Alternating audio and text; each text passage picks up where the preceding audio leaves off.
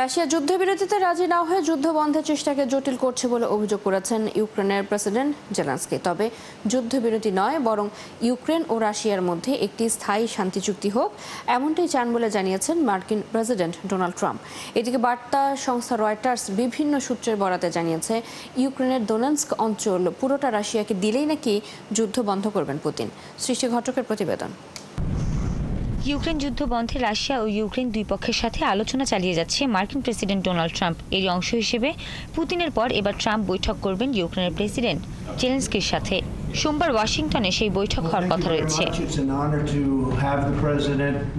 এর মধ্যে ট্রাম্প জানিয়েছেন, বৈঠকে তিনি জেলেনস্কিকে যুদ্ধবিরতি একটি চুক্তিতে রাজি করার আহ্বান জানাবেন। তিনি জানান, যুদ্ধবিরতি নয়, বরং তিনি চান ইউক্রেন ও রাশিয়ার মধ্যে একটি স্থায়ী শান্তি চুক্তি হোক।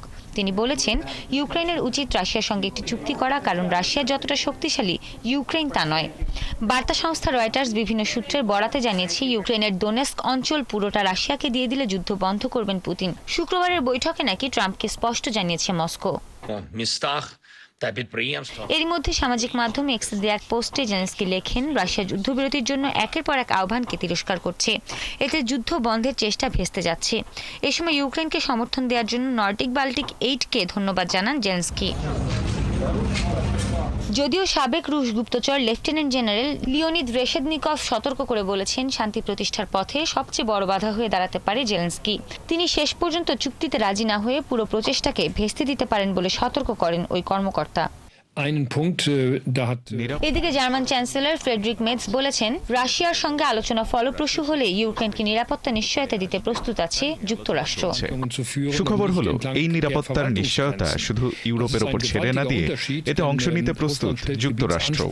তবে ইউরোপকেও নিজের কাজটুকু করতে হবে, যাতে ইউক্রেনের নিরাপত্তা নিশ্চিত হয়। এত সব উদ্যোগ আর শান্তি আলোচনার মধ্যে ইউক্রেনে একের পর এক হামলা চালিয়ে যাচ্ছে রুশ বাহিনী। ট্রাম্প পুতিন বৈঠকের পরই ইউক্রেন জুড়ে রাশিয়া 85টি ড্রোন ও একটি মিসাইল ক্ষেপণাস্ত্র ছুড়েছে বলে দাবি করেছে কিয়েভ। সৃষ্টি ঘটক, 71। যুক্তরাষ্ট্রের ওয়াশিংটন ডিসির পুলিশ বিভাগের নিয়ন্ত্রণ নিয়ে ট্রাম্প ন্যাশনাল গার্ড মোতায়েন করার প্রতিবাদে বিক্ষোভে উত্তাল শহরটির রাজপথ। ট্রাম্পকে স্বৈরশাসক বলে অভিযোগ তুলে ওয়াশিংটন ডিসিকে মুক্ত করার দাবি জানান বিক্ষোভকারীরা। শনিবার ডিসি শহরের ডাউনটাউনের এই বিক্ষোভে অংশ নেন কয়েক হাজার বিক্ষোভকারী। এ সময় তারা ট্রাম্পের অভিশংসনের দাবি জানান এবং ওয়াশিংটন ডিসিতে অবৈধ আধিপত্য বিস্তার বন্ধের দাবি জানান তারা। বিক্ষোভকারীরা ন্যাশনাল মলে পৌঁছালে সেখানে নিরাপত্তা বাহিনীর বাধার মুখে পড়তে হয় তাদের। পরে সেখান থেকে বিক্ষোভ চালিয়ে যান তারা। এর আগে গত সোমবার মার্কিন প্রেসিডেন্ট ডোনাল্ড ট্রাম্প এক ঘোষণায় জানান, তিনি অস্থায়ীভাবে ওয়াশিংটন ডিসির পুলিশ বিভাগের নিয়ন্ত্রণ নিচ্ছেন। সেই সাথে শহরটিতে 800 জন ন্যাশনাল গার্ড সেনা মোতায়েনের ঘোষণা দেন তিনি। কানাডার বিমান প্রতিষ্ঠান এয়ার কানাডার কেবিন ক্রুদের ধর্মঘট প্রত্যাহার করে আলোচনার মাধ্যমে সমাধানে আসার আহ্বান জানিয়েছে সরকার। এর মধ্যে ধর্মঘটের কারণে এয়ার কানাডার যাত্রী পরিষেবা কার্যক্রম পুরোপুরি বন্ধ ঘোষণা করেছে কর্তৃপক্ষ। শনিবার ভোরে 10,000-এরও বেশি কেবিন ক্রুকে প্রতিনিধিত্বকারী ইউনিয়ন ধর্মঘট শুরুর ঘোষণা দেয়। ধর্মঘট কার্যকর হয় স্থানীয় সময় রাত 12:58। তবে তার আগে এয়ার কানাডা ধীরে ধীরে কার্যক্রম সীমিত করতে শুরু করে। যাত্রীদের প্রতি অনুরোধ জানানো হয়েছে, অন্য এয়ারলাইনে বুকিং না থাকলে বিমানবন্দরে না যেতে। ধর্মঘটকারীরা উচ্চ বেতন ও বিমানে ওঠা বা মাটিতে অবস্থানের সময়কেও কর্মঘণ্টা হিসেবে গণনার দাবি জানাচ্ছেন। আলোচনায় এয়ার কানাডা 4 বছরে মোট 38% বেতন বৃদ্ধি, যার মধ্যে প্রথম বছরে 25% বৃদ্ধির প্রস্তাব দেয়। তবে ইউনিয়নের দাবি, এই প্রস্তাব মূল্যস্ফীতির নিচে এবং বাজার দরেরও কম।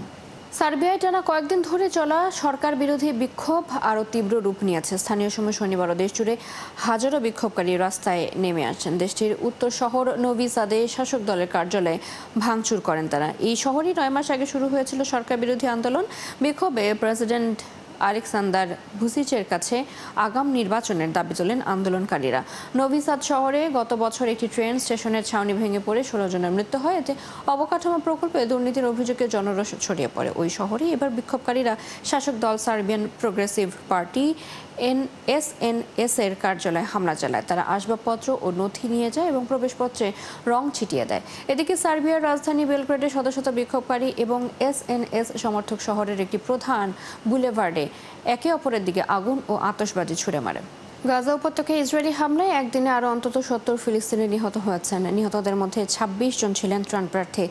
এছাড়া ফিলিস্তিনি স্বাস্থ্য কর্তৃপক্ষ জানিয়েছে, খাদ্য সংকটের মধ্যে একই দিনে অনাহার ও অপুষ্টিতে আরও 11 জনের মৃত্যু হয়েছে, এর মধ্যে এক শিশুও রয়েছে। এ নিয়ে ইসরায়েলের অবরোধের কারণে তৈরি হওয়া দুর্ভিক্ষে মৃতের সংখ্যা বেড়ে দাঁড়িয়েছে 251 জনে, এর মধ্যে 108 জনই শিশু। শনিবার গাজা সিটিতে বোমা হামলা চালানো হয়। এ সময় হামলায় আল আহলি হাসপাতালে মারা যান 7 জন। এদিকে ইসরায়েলের দীর্ঘমেয়াদী অবরোধ ও বিধ্বংসী হামলার কারণে ফিলিস্তিনের অবরুদ্ধ গাজায় কমপক্ষে 10 লাখ নারী ও কিশোরী ভয়াবহ অনাহারের মুখে পড়েছে। যুদ্ধবিধ্বস্ত গাজার ফিলিস্তিনিদের আফ্রিকার দেশ দক্ষিণ সুদানে পুনর্বাসনের বিষয়ে আলোচনা করছে ইসরায়েল ও দক্ষিণ সুদান। সংবাদ মাধ্যম রয়টার্সকে 3টি সূত্র এমন তথ্য জানিয়েছে, তবে এই প্রস্তাব দ্রুতই প্রত্যাখ্যান করেছে ফিলিস্তিনি নেতৃত্ব। সূত্রগুলো জানায় এখনও কোনো চূড়ান্ত সমঝোতা হয়নি, তবে ইসরায়েল ও দক্ষিণ সুদানের মধ্যে এ নিয়ে আলাপ চলছে। ইসরায়েলের প্রধানমন্ত্রী বেনিয়ামিন নেতানিয়াহুর দপ্তর কিংবা পররাষ্ট্র মন্ত্রণালয় এই বিষয়ে মন্তব্য করেনি। গাজায় হামাসের কাছে জিম্মিদের ফিরিয়ে আনার দাবিতে ইসরায়েলের তেল আবিব শহরে শনিবার আবারও বিক্ষোভ করেছেন দেশটির হাজারো জনগণ। এই বিক্ষোভ থেকে রবিবার দেশব্যাপী ধর্মঘটের ডাক দিয়েছে জিম্মিদের পরিবার। ইসরায়েলি দৈনিক হারেস জানিয়েছে, জেরুজালেমের প্যারিস স্কয়ার, হাইফার হোরেফ সেন্টার, দক্ষিণের বীরসেবা এবং উত্তরের নাহারিয়ার মতো গুরুত্বপূর্ণ মোড়ে জড়ো হন হাজারো বিক্ষোভকারী।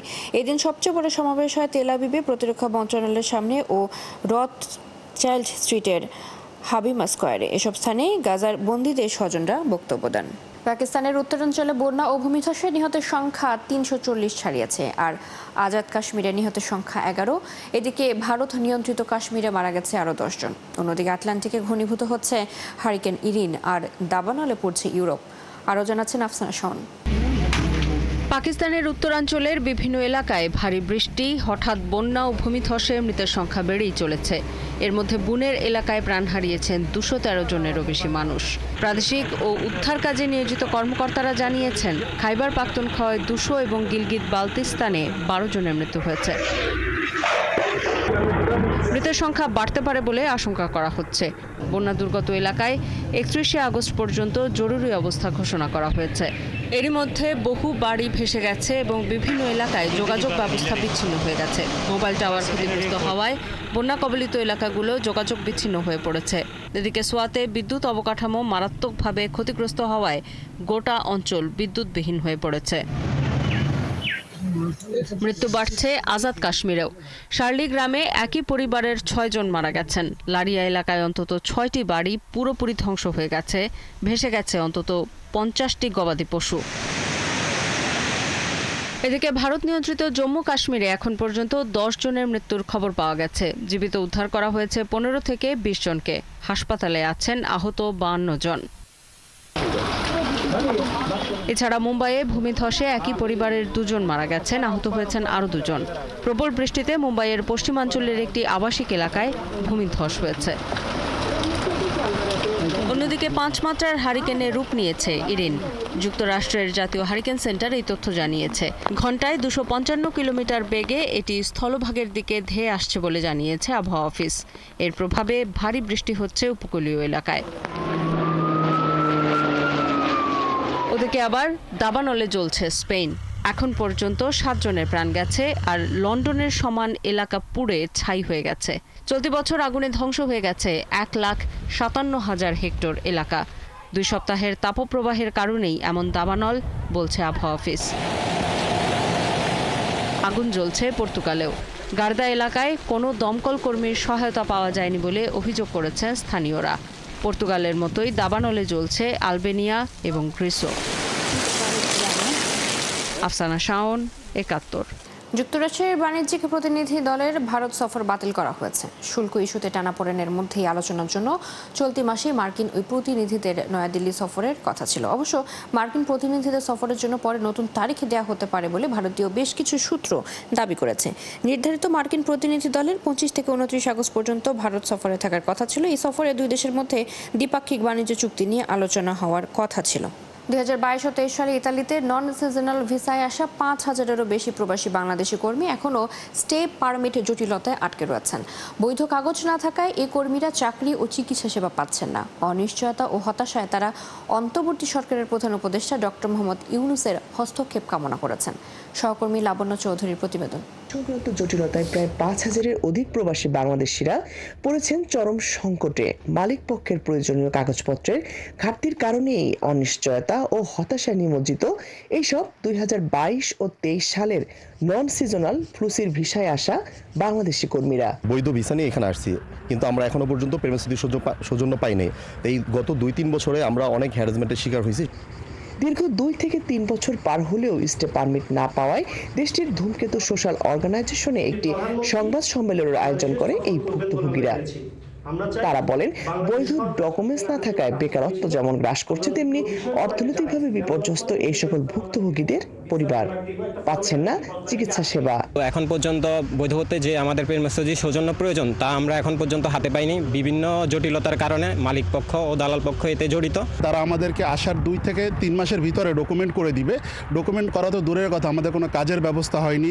এই বিষয়ে বাংলাদেশ সমিতির সাবেক সভাপতি নুর আলম সিদ্দিকী বাচ্চু বলেন, বাংলাদেশ সরকার ও দূতাবাসের সহযোগিতা থাকলে বৈধভাবে আসা এই কর্মীদের ডকুমেন্টস নিয়মিত হবার সম্ভাবনা রয়েছে। এখানে রাষ্ট্র তার একটা কোটা নির্ধারণ করছে, সেই কোটার ভিতরে আমি পড়ছি। তারপরে রাষ্ট্র আবার সেটাকে বিচার বিশ্লেষণ করে বলছে যে তোমার এই মালিক ফিট ফর যে তোমার ওয়ার্কার আনার জন্য সে ফিটনেস আছে। এরপর আমি আসছি, তারপরে ভিসাটা সমস্ত কিছু কন্ট্রোল আবার রাষ্ট্রই দিচ্ছে। সুতরাং প্রাইভেটলিতে এখানে কারো দায়িত্ব বহন করেন, এটা আমি মনে করি। ভুক্তভোগীদের প্রত্যাশা, আগামী 31 আগস্ট ইতালির প্রধানমন্ত্রী জর্জা মেলোনির বাংলাদেশ সফরকালে অন্তর্বর্তীকালীন সরকারের প্রধান উপদেষ্টা ডক্টর মোহাম্মদ ইউনূস যেন বৈধভাবে আসা এই রেমিটেন্স যোদ্ধাদের ডকুমেন্টস সংক্রান্ত জটিলতার আশু নিরসনে প্রয়োজনীয় পদক্ষেপ গ্রহণ করবেন। আমরা আশা করি বাংলাদেশ সরকার, বিশেষ করে মাননীয় প্রধান উপদেষ্টা ডক্টর মোহাম্মদ ইউনূস স্যার এবং রোম দূতাবাস আমাদের পাশে দাঁড়াবেন এবং এই সংকট দ্রুত সমাধান করবেন। এই লক্ষ্যে দূতাবাসের রাষ্ট্রদূত এটিএম রকিবুল হক বরাবর স্মারকলিপিও প্রদান করেন ভুক্তভোগীদের একটি প্রতিনিধি দল। লাবণ্য চৌধুরী, ৭১। এই ছিল আজকের আয়োজনে। বিশ্বের নানা প্রান্তে নানা রকম সব খবর নিয়ে কাল সকাল 9:30 আবারও হাজির হবে বিশ্বযোগ। চোখ রাখুন ৭১ ফেসবুক পেজে, সাবস্ক্রাইব করুন ৭১ ইউটিউব চ্যানেল। ৭১-এর সাথে থাকুন।